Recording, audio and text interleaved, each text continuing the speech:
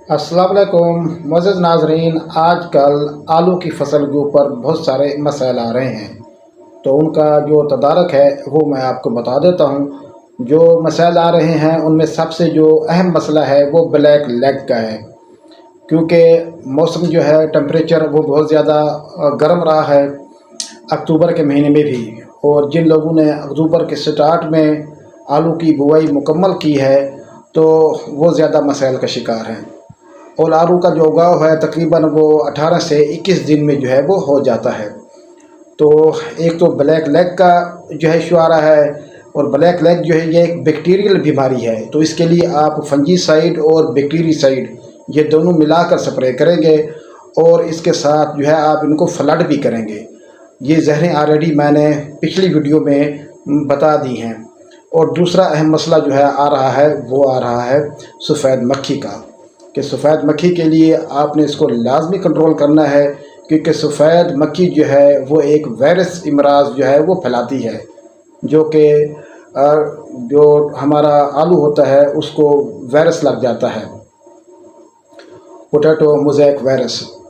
तो जब तक आप इसको कंट्रोल नहीं करेंगे तो आपके आलू की जो फसल है वो ख़तरे में रहेगी। तो उसके लिए आप पैराक्सीफिन कर सकते हैं, और उसके साथ इमिडाक्लोप्रिड वो भी ला सकते हैं। और इसके अलावा जो है दूसरा मसला जो है वो कट वर्म का आ रहा है, कि जो पौधे होते हैं ज़मीन के बराबर एक काले रंग की जो सुंडी होती है उसको काट देती है। तो उसके लिए आप क्लोरेंट्रा नीलीपरोल और 100 ml जो है वो सोल्टर पानी में मिलाकर जो है वो स्प्रे कर सकते हैं। और इसी तरह से दूसरा जो इसके ऊपर प्रॉब्लम आ रहा है वो है हाई टेम्परेचर का, क्योंकि इसकी ग्रोथ अच्छी नहीं हो रही। तो उसके लिए आप बायोस्टिमुलेंट या अमीनो एसिड ठीक हो गया, या फिर जो है आप NPK 2020 वो भी स्प्रे कर सकते हैं।